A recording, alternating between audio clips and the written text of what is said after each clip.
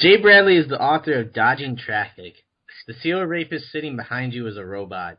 My hands are as thick as dreams, and the e-chapbooks, a patchwork of rooms furnished by mistakes, and our hearts are power ballads. He is interviews editor of Tank Magazine and lives at iHeartFailure.net.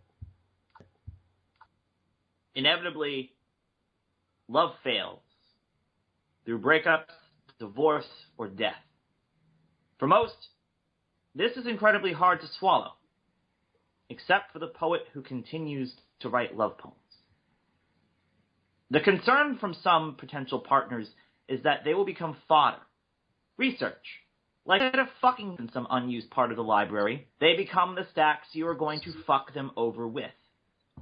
I assure you, this is incredibly far off from the truth.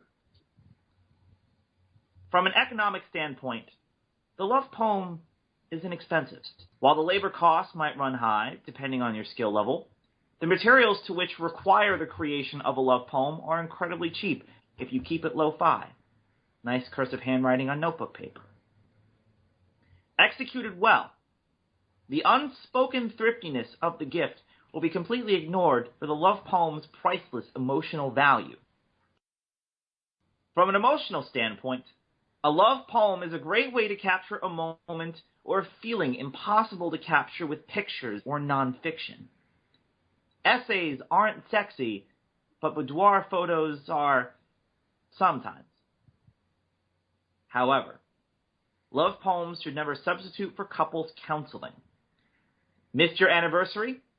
Here's a poem about how we should celebrate our love every day instead of on just one day.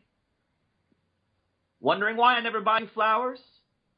Here's a poem about how flowers die sooner than our love, and that's why I never buy them. Got drunk and possibly messed around with a stranger? Well, here's a poem about the dangers of Jack Daniels and Coke, and how our love is like Bruce Springsteen singing Secret Garden. The economic and emotional impact of using love poems as a relationship deus ex machina varies from state to state and whether you have children. Poets write love poems most of all because we think they are enough to keep you around. Suspend the belief that love ends inevitably. I didn't grow up around good relationship models, watching the slow, furious decline of my mother's second marriage. I thought, like with all of my mother's other mistakes, I would learn from this one. I haven't learned enough. I still wouldn't trade all of these exhibitions of failure for anything. And I'm Jay Bradley, and I'm a curator of failure.